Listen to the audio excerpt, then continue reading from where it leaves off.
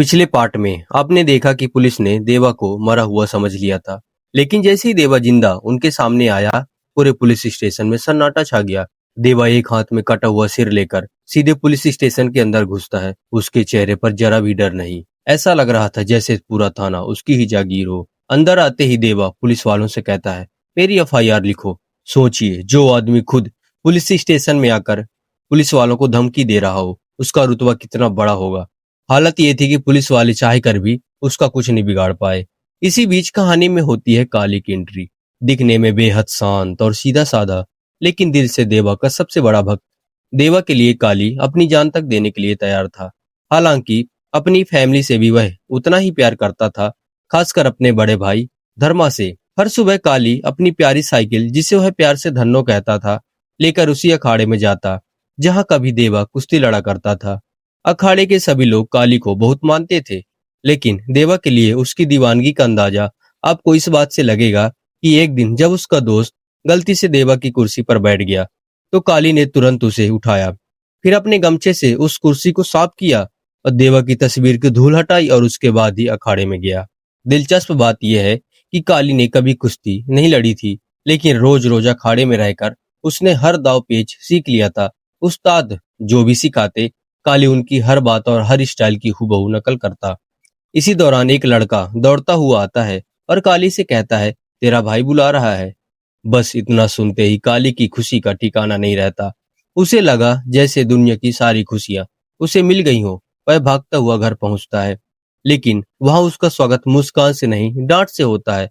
असल में काली का बड़ा भाई धर्मा उससे ठीक से बात नहीं करता था, क्योंकि काली ने अपनी पढ़ाई बीच में ही छोड़ दी थी। धर्मा एक स्कूल टीचर था और चाहता था कि उसका भाई पढ़ लिख कर कुछ बने। लेकिन जैसे ही काली को पता चलता है उसे अपने भाई के साथ उसी की साइकिल पर स्कूल जाना है, उसकी खुशी फिर से सातवें आसमान पर पहुंच जाती है। और हाँ, अभी तक मैंने धर्मा के बारे में एक जरूरी बात तो बताई ही नहीं। ऊपर से तो वह सीधा साधा टीचर लगता है, लेकिन कहानी का सबसे बड़ा खेल उसी के आसपास छिपा है।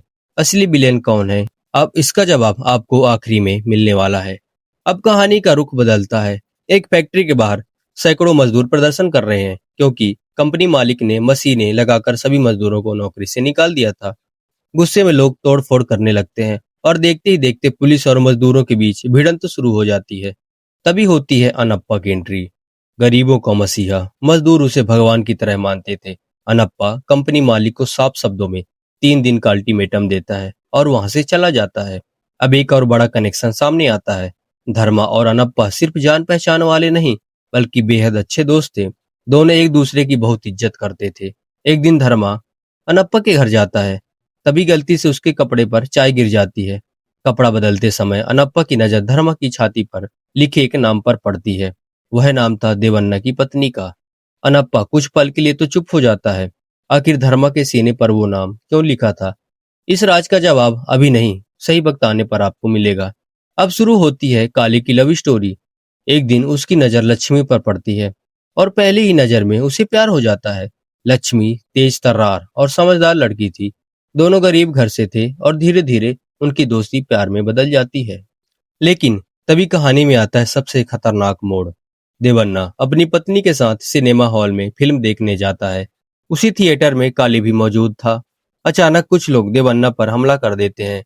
उसके चेहरे पर मिर्च पाउडर फेंक दिया जाता है और पूरा हॉल अफरा तफरी में बदल जाता है। क्या काली अपने भगवान समान देवन्ना को बचा पाएगा, या फिर देवन्ना अकेले ही अपने दुश्मनों का ऐसा अंत करेगा जिसे देखकर हर कोई कांप उठेगा? ये जानने के लिए अगले पार्ट का इंतजार कीजिए, क्योंकि आगे जो होने वाला है वो पूरी कहानी की दिशा बदल देगा।